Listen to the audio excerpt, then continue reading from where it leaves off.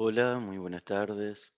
Para mí, que estoy grabando a la tarde este videíto, quiero ofrecerte una presentación sobre los evangelios, cómo fue su composición y también alguna palabra hacia el final sobre la relación que tienen los evangelios con su género literario, la historia, el mensaje y a dónde apuntan. Vamos directamente al tema.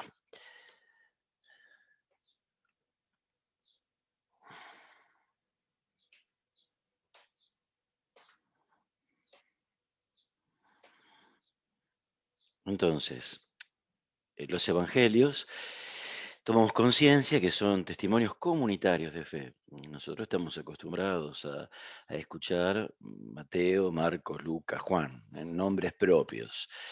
Pero estos nombres propios seguramente tienen un fundamento muy sólido en la realidad, pero estos nombres son de discípulos de Jesús que formaban parte de la comunidad de Jesús, una comunidad de fe en torno a Jesús muerto y resucitado. No nos cansamos de decir que el centro del mensaje de Jesús es la muerte y la resurrección. Los evangelios se tejieron en torno a la muerte y la resurrección de Jesús. Los discípulos quedaron totalmente impactados por estos dos hechos. Y en cuanto a la resurrección, tenemos que decir, y los evangelios lo muestran, que no se trató de un encuentro con un Jesús glorioso, así triunfante, que aparecía lleno de poder y tomaba venganza de sus enemigos, de Pilato, de Anás, de Caifás, de que le decía, ajá, ¿y ahora quién?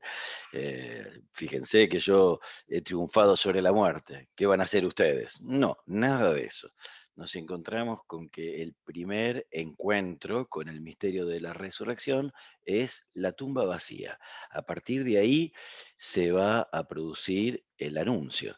Y en esa tumba vacía, los distintos evangelistas van a encontrar a un ángel, dos ángeles, un joven, dos jóvenes, que en nombre de Dios hablan de la resurrección. Después sí, se producen los encuentros, las apariciones de Jesús resucitado. Entonces, tengamos bien en claro que el primer punto es la tumba que aparece vacía.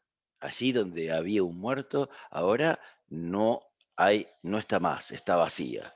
No está el cadáver de quien debía estar ahí. Y los discípulos, con prisa, con miedo, con sorpresa, se anuncian entre ellos este mensaje que viene de lo alto y que para ellos es totalmente desconcertante. Así, la resurrección se convierte para los discípulos y para la comunidad una luz nueva que les permite conocer a Jesús como la expresión definitiva de Dios. ¿Qué quiere decir? Que en todas sus cruces, sus fracasos, sus muertes, sus dolores, la misma muerte, ahora todo eso se lee desde la clave de Jesús resucitado. Así, después de Pentecostés, el primer anuncio de Pedro y luego de todos los discípulos va a ser contar, contar que aquel que estuvo muerto porque las autoridades judías y romanas lo llevaron a la muerte, Dios lo ha resucitado y está vivo para siempre en Dios y lo ha resucitado para darnos el perdón de los pecados. Este es el centro del anuncio que, sobre todo en los primeros tiempos, se reitera continuamente. Ahora, pronto va a ser necesario tomar nota, escribir todos estos anuncios. ¿Por qué? Por una parte, la iglesia empieza a extenderse, a expandirse geográficamente. Los apóstoles, originalmente testigos, no van a poder estar en todos lados al mismo tiempo. Se requiere su testimonio. Y por lo tanto, lo van a tratar de hacer, lo van a lograr hacer con esta herramienta, este medio, que son las cartas. los apóstoles empiezan a escribir. Lo primero son cartas. Según los estudiosos, lo primero que se escribe de nuestro Nuevo Testamento no son los evangelios, sino las cartas a los tesalonicenses. Y así poco a poco van a ir surgiendo también colecciones, pequeñas agrupaciones de textos que van a ir formando también nuestros evangelios. Eh, Concentrándonos en nuestros evangelios, recordemos que los evangelistas no escribían mientras vivían con Jesús, como si entre los discípulos había uno que estaba consagrado, dedicado a ir tomando nota como una especie de diario comunitario de lo que ellos iban experimentando con Jesús. Tampoco tenemos que imaginar que una vez terminada la experiencia histórica de Jesús y sellada con la dimensión de la muerte y la resurrección, tampoco tenemos que imaginar que los escritores de los evangelios tenían una palomita, la palomita del Espíritu Santo en su hombro, que les iba diciendo lo que tenían que escribir y lo que no debían escribir, como una especie de dictado, letra por letra, palabra por palabra. ¿Cómo se llegó a los evangelios? Ante todo, tomemos conciencia que el Jesús de Nazaret, el Jesús histórico, vivió, perdonen que lo digamos así, porque él mismo es el que divide la historia, en el año 28 o 30 después del nacimiento de Cristo, no después de Cristo, sino después del nacimiento de Cristo. Aproximadamente, no es el punto ahora más importante. Luego de eso hubo una tradición oral. Se anunciaba a Jesús verbalmente, se contaba que Jesús había muerto y resucitado. Como te decía hace un ratito, también se fueron formando pequeñas colecciones escritas. Lo que yo te voy a contar ahora se descubre pero al revés, con la línea del tiempo al revés. Si ves el relojito que tenemos a nuestra izquierda, está girando al revés del modo normal en que giran los relojes. Porque como si hiciésemos un trabajo de detectives, vamos a armar la posible secuencia que dio origen a nuestros evangelios. Acá, de modo muy sintético, muy sencillo, y dejando de lado unas cuantas complicaciones que entretienen a los estudiosos. Vamos entonces a la primera colección, el primer evangelio que afirman los exégetas que fue compuesto es el de Marcos. Los estudiosos se han dado cuenta que Mateo, Marcos y Lucas pueden ponerse ordenaditos en columnas y que hay una correspondencia, no total, pero muy grande entre ellos. Y en estos estudios fueron percibiendo que a la base de Mateo y de Lucas estaba el Evangelio de Marcos. También notaron que entre Mateo y Lucas no se prestaban elementos, sino que entre ellos no se conocían. Mateo no había tomado contacto con el Evangelio de Lucas. Lucas no había tomado contacto con el Evangelio de Mateo. Sin embargo, encontrábamos en Marcos, perdón, en Mateo y en Lucas otros elementos que no venían de Marcos y que eran comunes a Mateo y Lucas. Así, los estudiosos alemanes, que fueron quienes hicieron estas averiguaciones, determinaron que existía una fuente llamada Q, Kel, que nutría a Mateo y a Lucas junto con esa base que nosotros reconocemos en el Evangelio de Marcos. Y vos dirás, bueno, pero falta otro evangelio. ¿Qué pasa acá? El evangelio de Juan. Por supuesto. Lo que pasa que este evangelio es muy distinto a los otros tres. Este no puede ponerse en modo sintético con los otros. No puede ponerse en columnitas. Prácticamente hay muy pocas cosas en común. El discurso del pan de vida en torno la multiplicación de los panes, mejor dicho, la multiplicación de los panes, eso es propio eso es común a Mateo, Marcos y Lucas, pero después el discurso del pan de vida, eso es propio de Juan. Y las narraciones que hace Juan de la muerte de Jesús y de la resurrección son también muy particulares. Trata los mismos temas, pero de un modo único, como solo él lo sabe hacer. Este proceso se dio entre los años 55 y 100. Bueno, hay algunos estudiosos que lo ven más bien hacia el año 55, hay otros que lo ven más bien hacia el final del siglo primero, pero no nos entretengamos en eso, dejémoslo para los que se dedican a vivir y a estudiar de esto. ¿Cómo te darás cuenta? No fue solamente Mateo, Marcos, Lucas y Juan quienes escribieron esto. Acá hubo un gran compromiso también comunitario, podríamos decir eclesial. Es decir, la iglesia de los primeros tiempos formó parte protagónico de este proceso de composición de los evangelios. Vamos a poner un ejemplo. La curación de la suegra de Pedro, que lo encontramos en Marcos 1, 29, 31. Eh, yo voy a hacer una lectura y después te voy a ir subrayando cuáles son las partes propias de cada uno de ellos. Primero, leemos Marcos. Y al momento, saliendo de la sinagoga, fue a la casa de Simón y de Andrés, con Santiago y Juan. Por supuesto, nos estamos refiriendo a Jesús. Y la suegra de Simón yacía febril. Y al momento le hablan a él a favor de ella. Y acercándose, la levantó a ella, cogiéndole la mano, y la dejó a ella la fiebre, y les servía. Te debe haber llamado la atención el modo en el cual está escrito este texto. Lo que pasa es que está tomado del original griego y trata de ser lo más fiel posible a ese original para que podamos distinguir lo propio sin perdóname que lo diga así, las contaminaciones que traen forzosamente toda traducción. Entonces, esta traducción trata de estar muy pegada al texto original griego. Vamos ahora a Mateo. Ajá, de golpe te das cuenta que hay una diferencia notable en cantidad. Leemos. Y habiendo ido Jesús a la casa de Pedro, vio a la suegra de él tendida y febril, y tocó la mano de ella, y la dejó a ella la fiebre, y se levantó y le servía.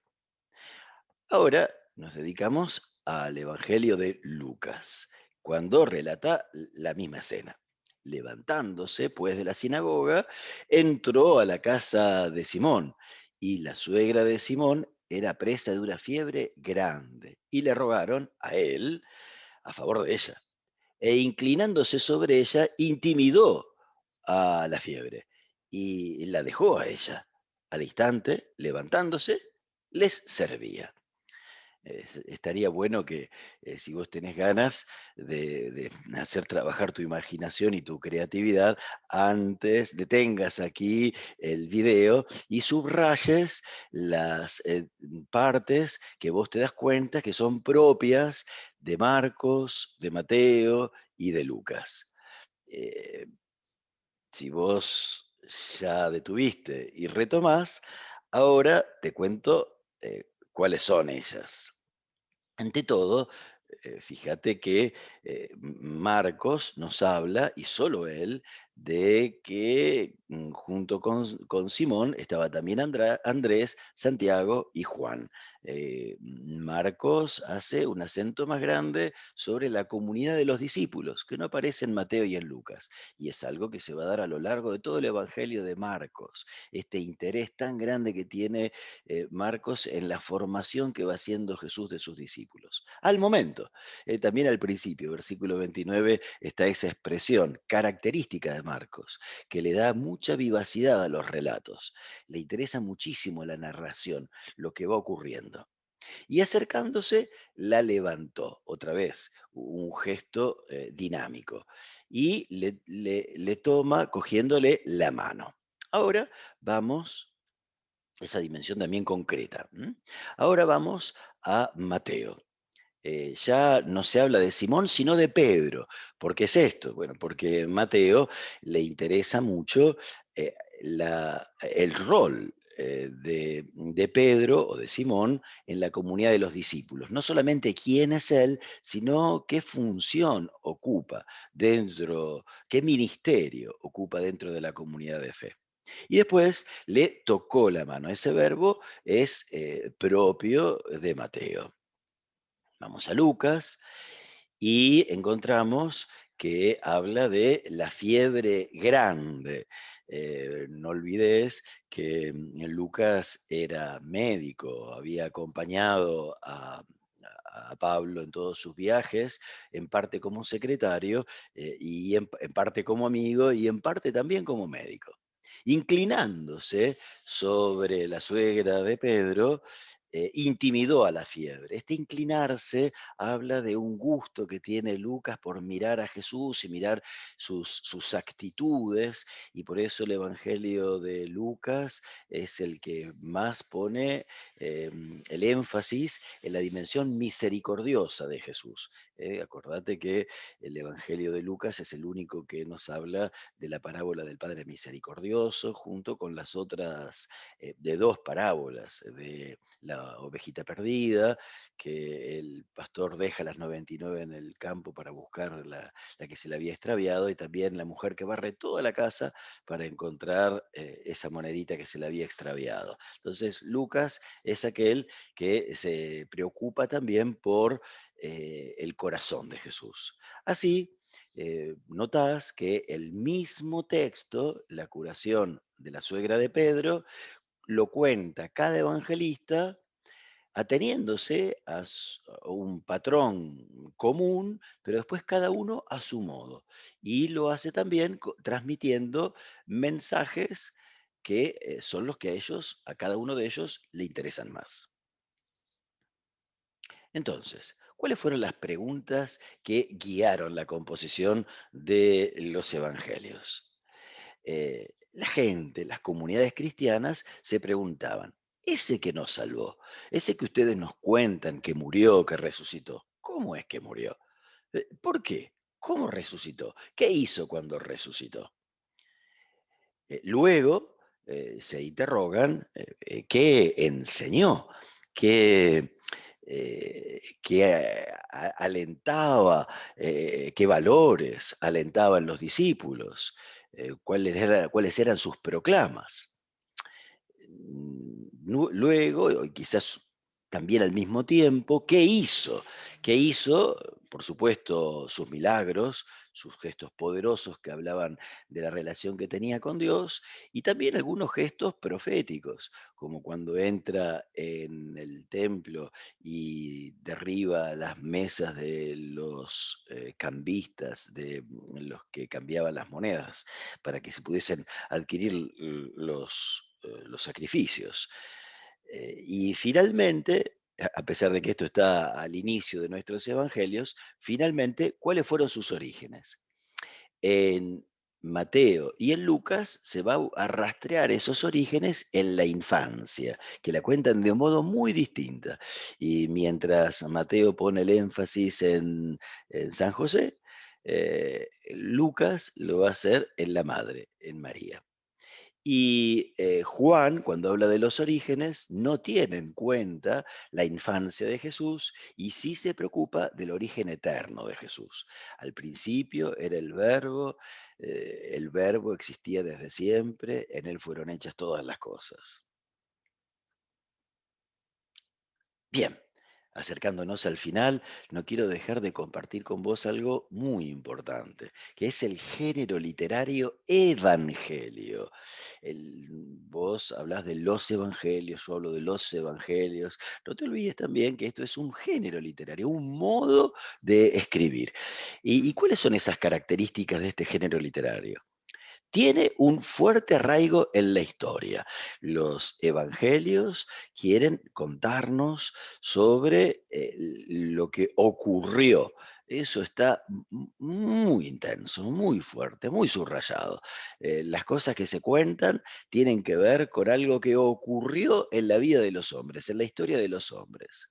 Ahora, lo sorprendente es que eso que se cuenta, lo que ocurrió, se recurre a un lenguaje simbólico narrativo.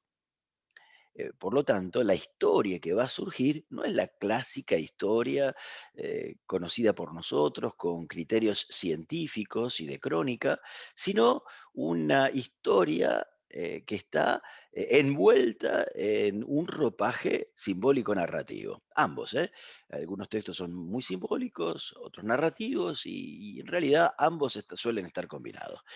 Y otra cosa clave, importantísima, es el mensaje teológico que tratan de comunicar.